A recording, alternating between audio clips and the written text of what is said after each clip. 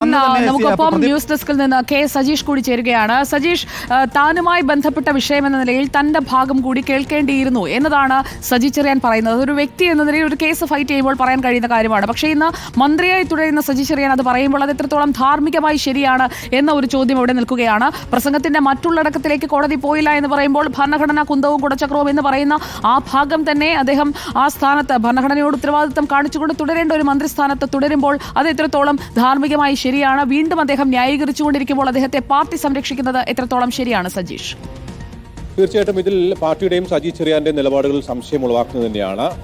Party നേരത്തെ കഴിഞ്ഞ ദിവസം നമ്മൾ ഈ വാർത്ത അതായത് ഹൈക്കോടതിയിൽ നിന്ന് നിശ്ചിതമായ ഒരു വിമർശനം അതിന് തിരിച്ചടി സജി ചെറിയാൻ നേരിട്ട ഘട്ടത്തിൽ തന്നെ പാർട്ടി നേതൃത്വവുമായി ഉള്ള സൂചനകൾ പുറത്തു വന്നിരുന്നു. ആ സൂചനകൾ വിലയിരുത്തി നമ്മൾ പറഞ്ഞൊരു കാര്യം CPM എന്തായാലും ഉടനടി രാജി ആവശ്യപ്പെട്ടില്ല എന്നാണ്. ഈ വിഷയത്തിൽ അതായത് ഈ വിവാദം ഉയർന്നപ്പോൾ ഒരു തവണ സജി ചെറിയാൻ മന്ത്രിസ്ഥാനം രാജിവെച്ചതാണ്. അതുകൊണ്ട് ഇനി അന്വേഷണം പൂർത്തിയായി കുറ്റക്കാരനാണെന്ന് കണ്ടെത്തിയ ശേഷം മാത്രം മതി രാജിയിലേക്ക് എന്നൊരു തീരുമാനമാണ് CPM എടുത്തിരിക്കുന്നത്. അത് തന്നെയാണ് ഇന്നത്തെ സംസ്ഥാന സെക്രട്ടേറിയറ്റിലും ഉണ്ടായിരിക്കുന്നത്.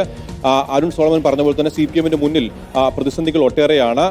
ഈ തെരഞ്ഞെടുപ്പ് ഫലം വരാനുണ്ട്. മാത്രമല്ല തദ്ദേശ തെരഞ്ഞെടുപ്പിന്റെ ഒരുക്കങ്ങളിലേക്ക് കടക്കണം. ആ ഒരു ഘട്ടത്തിൽ വീണ്ടും സമാന ആരോപണങ്ങളുമായി വന്ന ഒരു മന്ത്രി രാജിവെച്ച് കഴിഞ്ഞാൽ അത് ജനങ്ങൾക്ക് മുന്നിൽ പറഞ്ഞു നിൽക്കാൻ പറ്റാത്തൊരു അവസ്ഥ ഉണ്ടാക്കുമെന്നതാണ്. മാത്രമല്ല നേരത്തെ സജി ചെറിയാൻ പാർട്ടിക്ക് മുന്നിൽ വെച്ചൊരു കാര്യം, ഞാൻ ഒരു തവണ രാജിവെച്ച് കഴിഞ്ഞു, അതുകൊണ്ട് ഇനിയും ഈ കാര്യത്തിൽ രാജി വെക്കേണ്ട കാര്യമില്ല, എനിക്ക് എൻ്റെ നിരപരാധിത്വം തെളിയിക്കണമെന്നാണ്. അത് പാർട്ടി പരിഗണിച്ചു എന്ന് കണക്കാക്കാം. പക്ഷേ നമ്മുടെ മുമ്പിൽ ഒരു പ്രധാനപ്പെട്ട ഒരു കാര്യം, ഈ വിഷയം ഇന്നലെ ഹൈക്കോടതി പരിഗണിച്ച സമയത്ത് വളരെ ഗുരുതരമായ ചില പ്രശ്നങ്ങൾ ഹൈക്കോടതി മുന്നോട്ട് വെച്ചിരുന്നു ഈ കേസുമായി ബന്ധപ്പെട്ട്. അതിലൊന്ന് ഈ കേസിന്റെ അന്വേഷണം എത്രത്തോളം കാര്യക്ഷമമായി നടന്നിട്ടുണ്ട് എന്നതാണ്. അതിൽ ഹൈക്കോടതി സംശയം പ്രകടിപ്പിച്ചു കഴിഞ്ഞു. ആ കേസ് ഷീറ്റ് തന്നെ ഹൈക്കോടതി റദ്ദാക്കി കഴിഞ്ഞു. അതിൽ കാര്യപ്പെട്ട അന്വേഷണം ഉണ്ടായിട്ടില്ല. CD ദൃശ്യങ്ങളോ പെൻഡ്രൈവോ ഒന്നും തന്നെ പോലീസ് പരിശോധിച്ചിട്ടില്ല. അതായത് വലിയ തോതിൽ വിവാദമായ ഭരണഘടനയെ അവഹേളിക്കുന്ന തരത്തിലൊരു പരാമർശം മുതിർന്ന നേതാവ് മന്ത്രി നടത്തിയ ഗുരുതരമായ ഒരു വിഷയത്തിൽ കേസ് അന്വേഷണം കാര്യക്ഷമമല്ല എന്ന ഒരു വിമർശനമാണ് ഹൈക്കോടതി ഉന്നയിച്ചിരിക്കുന്നത്. അത് തന്നെ ഒരു മന്ത്രിയുടെ രാജിയിലേക്ക് പര്യാപ്തമായ കാര്യമാണ്. മറ്റൊന്ന്, സജി ചെറിയാൻ ഭരണഘടനയെ മാനിച്ചുകൊണ്ടുള്ള ഒരു പ്രഭാഷണമല്ല നടത്തിയത്. അത് ആ ദൃശ്യങ്ങളിൽ തന്നെ വ്യക്തമാണ് എന്ന് ഹൈക്കോടതി പറഞ്ഞു കഴിഞ്ഞു. അതായത് ഭരണഘടനയെ അവഹേളിക്കുന്ന തരത്തിലുള്ള പ്രസ്താവനയാണ് സജി ചെറിയാന്റെ ഭാഗത്തുണ്ടായത് ഇൻഡയറക്റ്റായിട്ട് ഹൈക്കോടതിയും പറഞ്ഞു കഴിഞ്ഞു. ഈ കേസുമായി ബന്ധപ്പെട്ടുണ്ടായ നടപടിക്രമങ്ങളെല്ലാം തന്നെ ഗുരുതരമായ വീഴ്ചകൾ ഹൈക്കോടതി ചൂണ്ടിക്കാണിച്ചിട്ടുണ്ടെങ്കിൽ അത് തീർച്ചയായിട്ടും സജി ചെറിയാനെതിരെ ആയ വിമർശനമാണ്, സർക്കാരിനെതിരായ വിമർശനമാണ്. സ്വാഭാവികമായിട്ടും ഇപ്പോൾ CPM പറഞ്ഞു നിൽക്കുന്ന ന്യായങ്ങൾ കൊണ്ടൊന്നും തന്നെ ഇത്തരം വീഴ്ചകൾ മറക്കാനോ സജി ചെറിയാന്റെ രാജി ഇപ്പോൾ വേണ്ട എന്നീകരിക്കാനോ സാധിക്കില്ല എന്ന് തന്നെയാണ്. ഏതായാലും ഇതുമായി ബന്ധപ്പെട്ട് പ്രതിപക്ഷം സമരം ശക്തമാക്കിയ സാഹചര്യത്തിൽ പൊതുമധ്യത്തിൽ ഇത് ന്യായീകരിച്ചെടുക്കാൻ CPM കുറെ വെല്ലുവിളികൾ. ഇതിൽ സജീഷ്, കോടതി കണ്ടെത്തിയിരിക്കുന്ന കാര്യങ്ങൾ, അതായത് മജിസ്ട്രേറ്റ് കോടതി പോലീസ് നൽകിയ റിപ്പോർട്ട് അപ്പാടെ വിശ്വസിച്ചുകൊണ്ട് കുറ്റവിമുക്തനാക്കുന്നു, മന്ത്രിസ്ഥാനത്ത് തുടരാൻ സജി ചെറിയാന് കഴിയുന്നു. ഈ വിഷയത്തിൽ ഒരു തവണ രാജിവെച്ചാൽ പോരെ എന്ന ഒരു യുക്തിയായിരിക്കാം ഒരുപക്ഷെ പാർട്ടിയും സർക്കാരും ഒക്കെ കണക്കിലെടുത്തിട്ടുള്ളത്. അതിനുശേഷം തിരിച്ചു വന്നയാൾ അടുത്ത ഒരു അന്വേഷണം നടക്കുമ്പോൾ വീണ്ടും രാജിവെക്കേണ്ടത് എന്തിനാണ്, ഇനിയിപ്പോൾ 1.5 കൊല്ലം മാത്രമാണല്ലോ ബാക്കിയുള്ളത് തുടങ്ങിയ പല ന്യായങ്ങളും പാർട്ടിക്ക് മുന്നിലുണ്ടാകും. പക്ഷേ ഒരു തദ്ദേശ തെരഞ്ഞെടുപ്പിലേക്ക് പോകുന്ന കാലഘട്ടമാണ്, അടുത്ത നിയമസഭാ തെരഞ്ഞെടുപ്പിലേക്ക് അധിക ദൂരമില്ല. അപ്പോൾ ഇങ്ങനെയുള്ള വിഷയങ്ങളിലെ ഒരു ക്ലാരിറ്റി ഇല്ലായ്മ അത് തിരിച്ചടിയാകില്ലേ?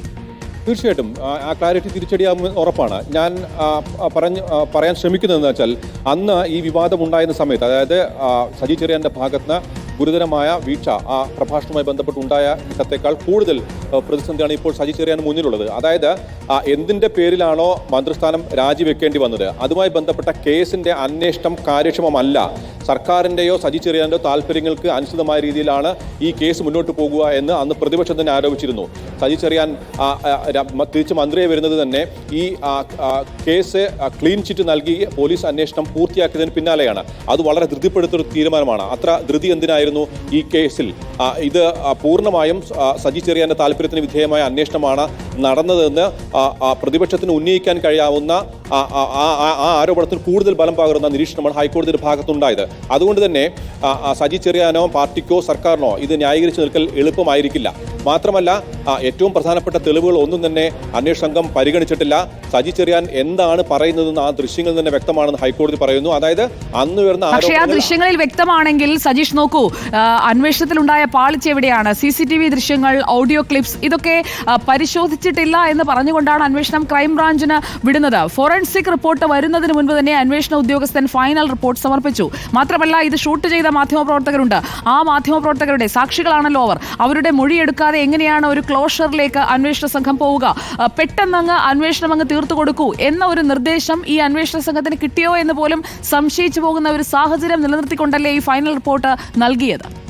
ഈ അന്വേഷണത്തിൽ ഉടനീളം വീഴ്ച ഉണ്ടായെന്ന് തന്നെ വ്യക്തമാണ്. അതാണ് ഇന്നലെ ഹൈക്കോടതി ഉത്തരവിൽ പറയുന്നത്. കാര്യക്ഷമതയുള്ള ഉദ്യോഗസ്ഥനെ കൊണ്ട് ക്രൈംബ്രാഞ്ച് ഈ കേസ് അന്വേഷിപ്പിക്കണമെന്ന് ഹൈക്കോടതി പറഞ്ഞു കഴിഞ്ഞാൽ മുൻപുള്ള അന്വേഷണം ഒട്ടും കാര്യക്ഷമമല്ല. ആ വീഴ്ചകൾ അക്കമിട്ട് ഹൈക്കോടതി നിരത്തിയിട്ടുണ്ട്. സുജിയെ സൂചിപ്പിച്ചതുപോലെ തന്നെ ഫോറൻസിക് ഫോറൻസിക് ലാബിന്റെ റിപ്പോർട്ട് വന്നില്ല. ആ റിപ്പോർട്ട് വരുന്നതിന് മുമ്പ് തന്നെ ഇതിലെ അന്വേഷണം പൂർത്തിയാക്കുന്നു. ആ റിപ്പോർട്ട് വരാത്തതിന്റെ കൃത്യമായ കാരണം പോലും, അല്ലെങ്കിൽ അത് എന്തുകൊണ്ട് അത് പരിഗണിച്ച് എന്തുകൊണ്ട് ആ റിപ്പോർട്ട് നൽകിയില്ല എന്ന് കൃത്യമായി വിശദീകരിക്കാൻ പോലും കോടതിയിൽ പോലീസ് ശ്രമിച്ചിട്ടില്ല. മറ്റൊന്ന്, മാധ്യമപ്രവർത്തകരുടെ കൈകളിൽ സജീഷ് തുടരുക.